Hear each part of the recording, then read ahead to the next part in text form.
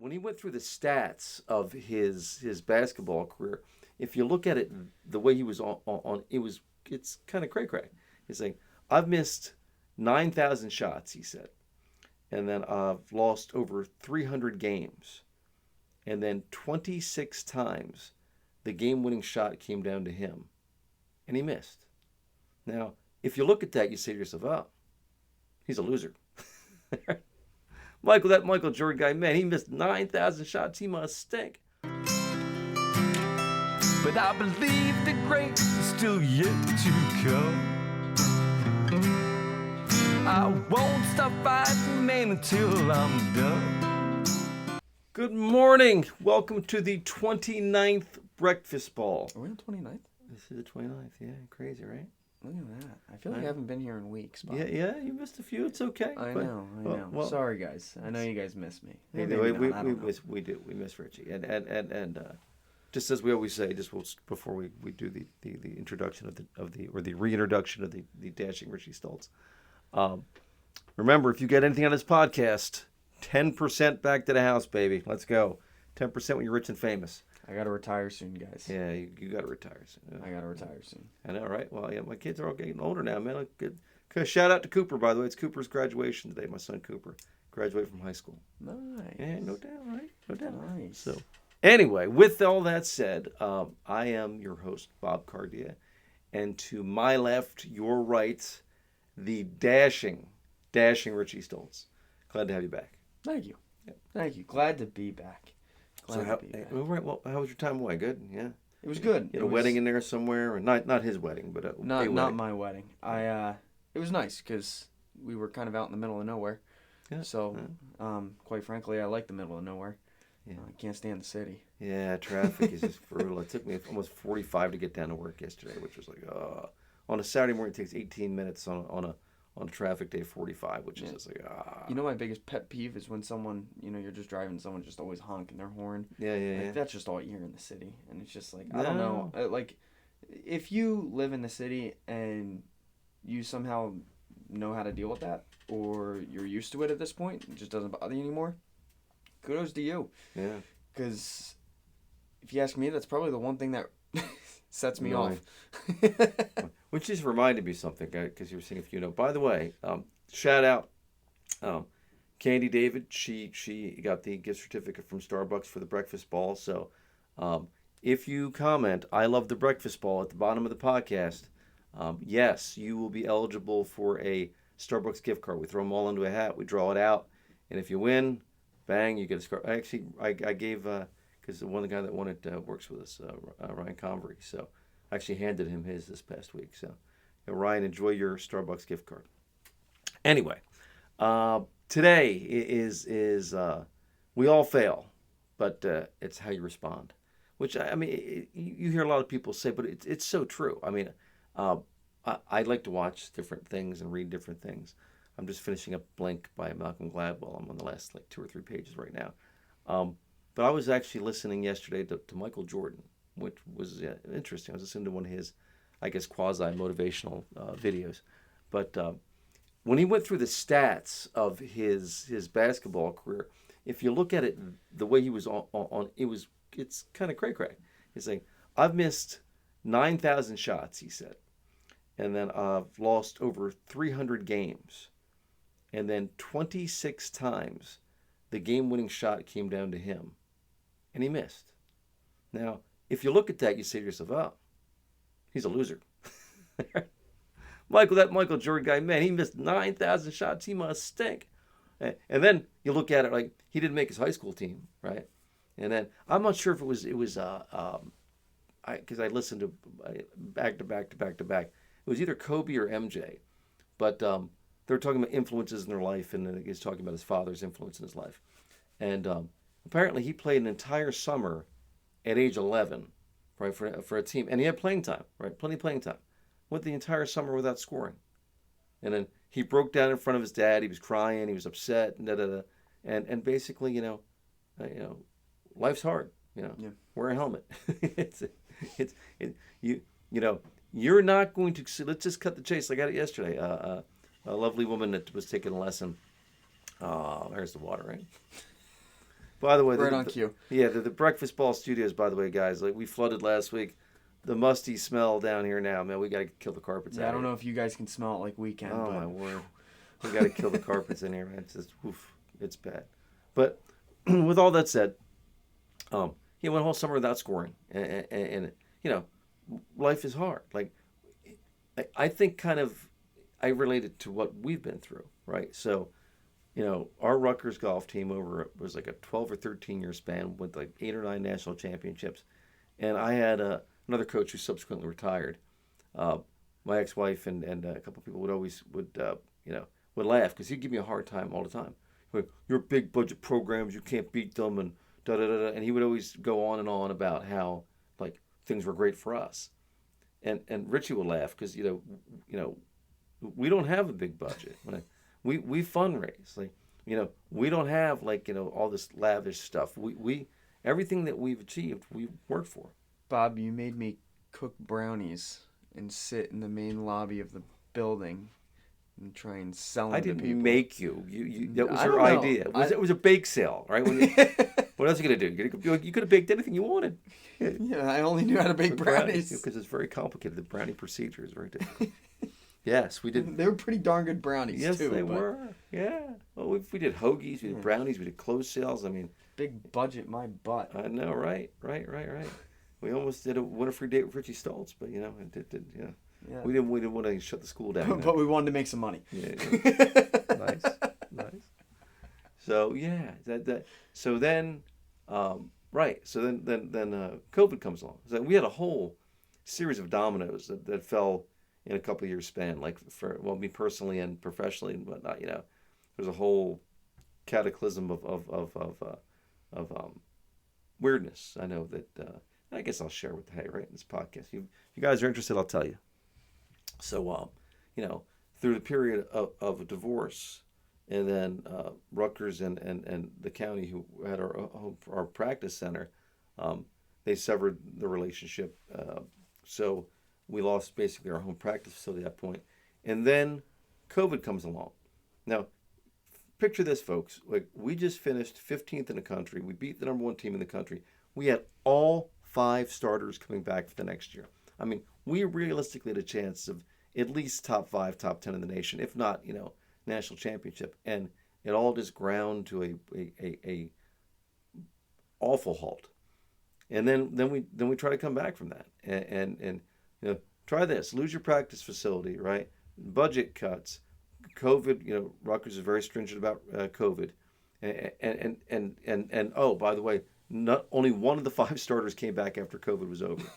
So like, I was gonna say, and then no one was back. Yeah. So I mean, you look at that, and then you know, Jeff Dean, who was our athletic director, you know, I actually had a private meeting with him, and I'm like, you know, Jeff, what do you want me to do? Like, you know, you cut our budget. We lost our practice facility. I can't get anybody in. Like, you know, my 4 or 5 guys back. And he said, you know, Bobby, I'd really like you to stay. So that's where we sat the past couple of years. And I've decided, I made my own conscious effort that I don't, you know, whether or not, you know, the pay is there, whether or not the benefits are there, whether or not, you know, we have the same facilities or whatnot, that I want to make it back to a national championship. So, you know, that's been my goal. So, you know, I think when things are going well, like Michael Jordan said, right? When things are going well, everybody they think, oh, he's just a natural athlete. He's just gifted. He's just that talented. He makes it look easy. And I think that serves a disservice in a way to the average person. Like, well, he's just naturally talented. BS, man. The guy worked his butt off, right? And that's what you got to do. Like, if you look at negative as anything else than a learning experience, you're probably not going to be a big winner at the end.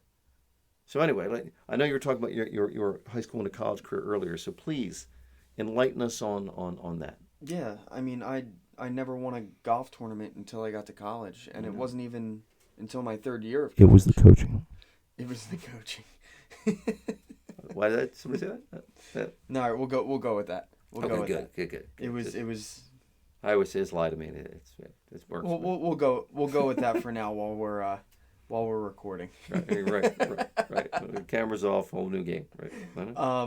No, but I didn't win a golf tournament until my 3rd year of college. Yes, it was directly when I transferred over to Rutgers and played for Bob. So Bob, you do get credit, if we're being completely honest. Let's go. But the whole time throughout high school, after never winning a golf tournament, the first 2 years of college, never winning a golf tournament, the only thought that stuck on my mind is, I didn't even care about winning the golf tournaments, to be quite honest with you. Like, it would have been cool to win some for sure, but like, the only thought in my mind was, okay, what do I got to do to, play on tour? What do I got to do to turn professional? What do I got to do, to make it where I want to go?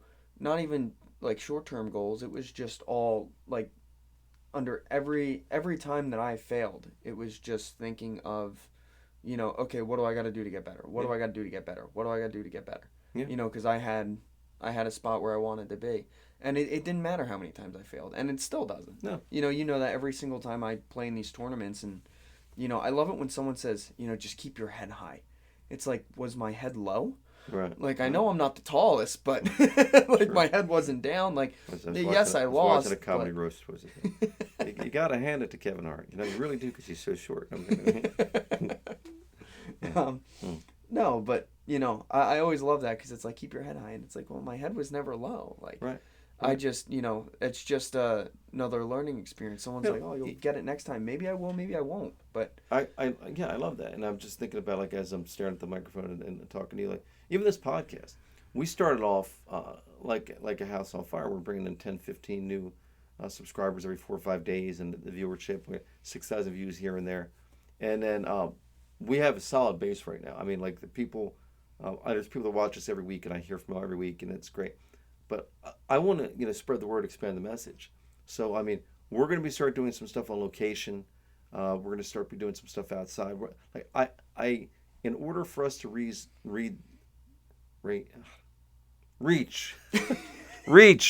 the masses, speak properly. But in order to reach the masses, you need to mix things up. You need to do things differently. And I never accept. I get frustrated. I never accept, like, we can't do this. My response to anybody who tells me we can't do this is, well, don't tell me you can't. Tell me what you have to do to be able to. And I steal that from Robert Kiyosaki, and he might have stole it from somebody also. But it's Rich Dad, Poor Dad. I mean, if you're sitting and saying I can't do it and you quit, well, more power to you. You're not going to succeed. So, yeah. So with that said, I love where we're at. So, if you personally are not reaching where you want to be, there's all kinds of, like Steve Harvey says, jump, or Tony Robbins says, take massive action. The bottom line is, if you're going to create change, you have to do something different. I mean, that's just that's what it is. So, and not only that, but when you fail, you got to take it as a learning experience, not a failure. Like, I think we had the one podcast where I talked about how, I don't even think of me losing a golf tournament as a failure. It's just a learning experience. Yeah. When something doesn't go right, because quite frankly, you do something new, and guess what's going to happen, guys? Take a wild guess what's going to happen when you do something new. It's going to fail. Yeah. Or maybe not fail completely, but you're going to have screw-ups, you're going to have mess-ups, you're going to have, this, that, or the other thing, and just going into that and going, okay, I know what's going to happen. We're going to try and prevent it. It's still going to happen either way. And when it does happen, we're going to learn from it. Yeah, no, I again, like, I read and watch and read and watch. Like Denzel Washington, like he went through a bunch of auditions before he was famous and got nothing. And he tried out for a musical, and he went out there singing, and like, I think he said, like, I can't really sing, but like he went out and tried it, and like even the intro and exit music for our shows, like, I write it. That's me on guitar. Like, I play it. Like, my first time I went to a recording studio, I was scared. Every time that song that's on our podcast probably took 4 or 5 takes, because, like, it's just like hitting a golf shot. Like, when you're brand new to golf and people are watching you, heaven forbid, like the first tee, public speaking, the first tee, or being behind the glass on the first time of a recording studio, it's like, you're scared. Like, if you're not scared, you're not human, man. But the thing is, after you do something that scares you, right? Yeah. Don't you feel much better? Yeah. Yeah. I was talking to somebody actually last night, and every time I push them into doing something new, right, and they get it done, they're like, wow, I feel great. But I got to push them every time. Like, Come on, let's go. Take some action. Let's do. The only way you're going to get to where you need to be. Like the book, The One Thing, right? That's our credo. Yeah. So when things are bad, okay, when things are bad, actually with a quote. So this could be actually our second quote of the day, and I used it in a short earlier, but basically it says, you're going to have good days. You're going to have bad days. You're going to have sad days. You're going to have days that life doesn't look that good. But like, think of it like a book. Like, books have good chapters, bad chapters, sad chapters, happy chapters, but you need all those chapters to make the entire story. Mm-hmm. And that's life. I mean, if you're expected to walk through life happy all the time. Sorry, British Open. I already called it the Open Championship, but I call it the British Open. Okay. No disrespect to the Brits. I mean, I think it's one of the best championships, if not the best. But, you know, I was talking to Luke. We had Luke on as a guest a couple weeks ago. I think it might have been Luke. Because basically we were talking about, like, you know, the ups and downs of golf, right? Mm-hmm. So I forget what round it was, but it was after a weather round that wasn't the best weather. So I took out my notes, and we're sitting there, and I'm like, okay, all right. So, Luke, if it wasn't you, I'm just using you as an example. Okay. Like, how many holes in one were there yesterday? 0.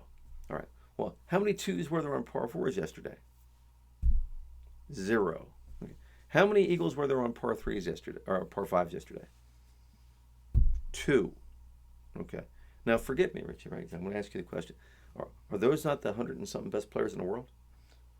Oh, they should be. They should be, right? Now, are they all not trying to get the ball in the hole in the least amount of strokes?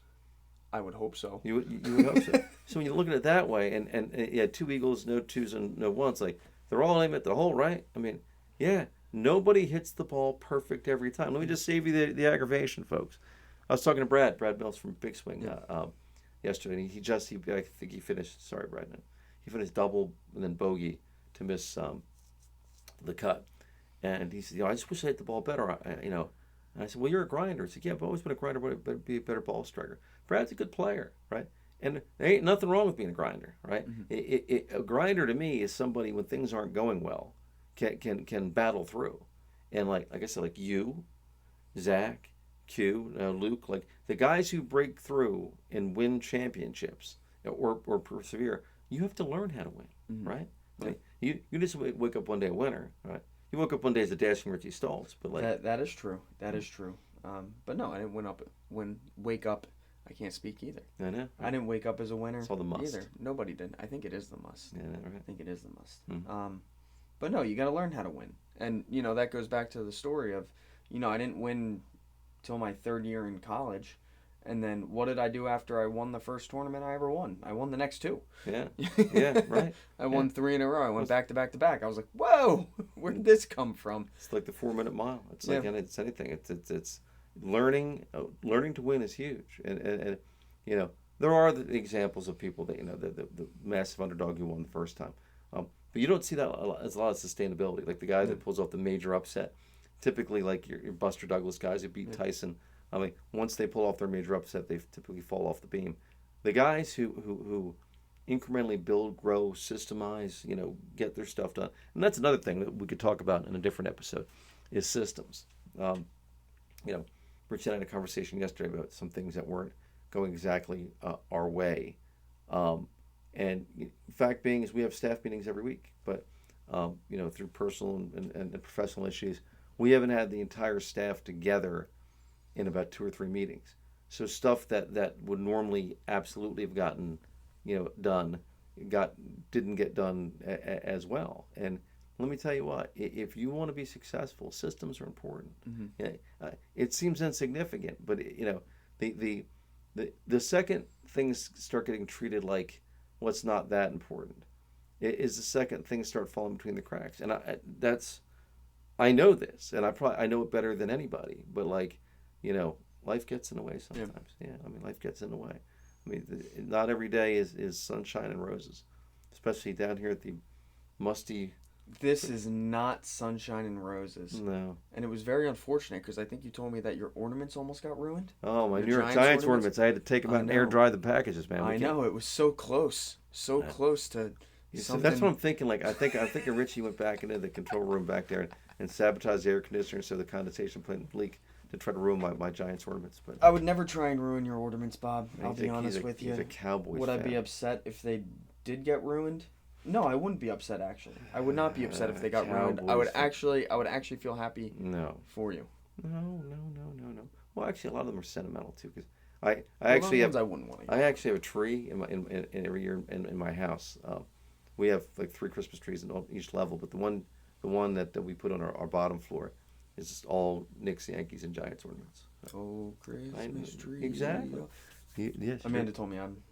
Oh, don't quit my shout out to Amanda, by the way. Oh, wait! I got to put this in here, folks.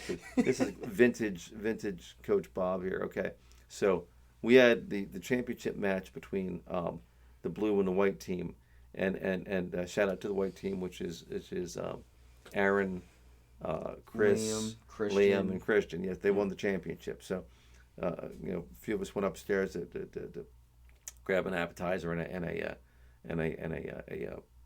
celebration. So celebration. So I went to leave, and I'm pulling out a lot, and I'm on the phone, and I realized I forgot my wallet. Right.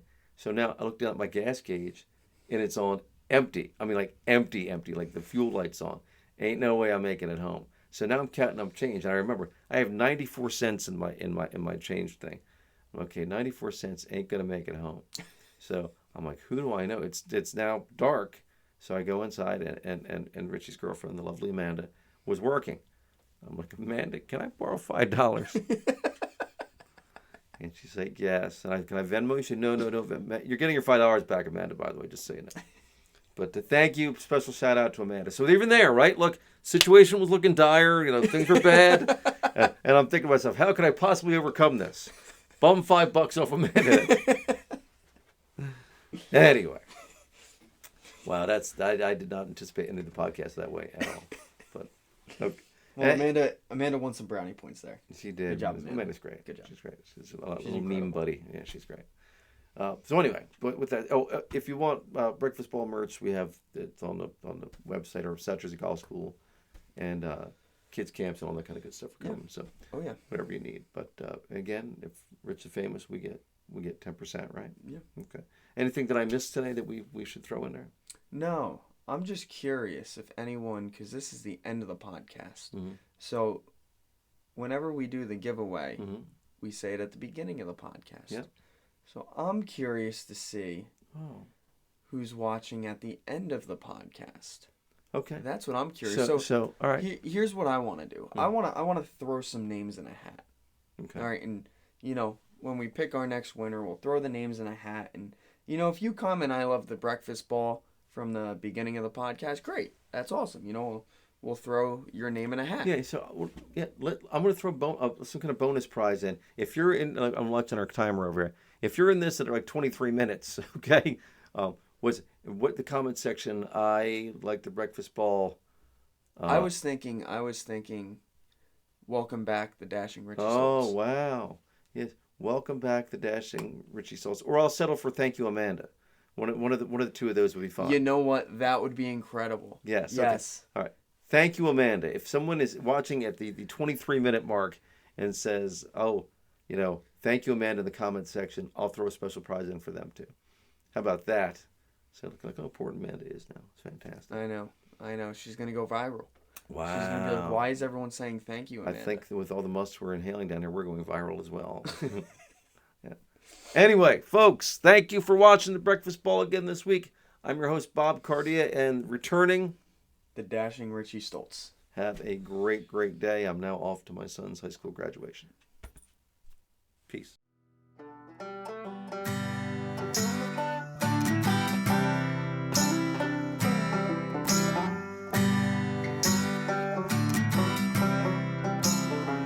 Glass of bourbon, ha. My bourbon, ha. My bourbon, ha. Alcohol. Because no great story ever started with, I'll have a salad.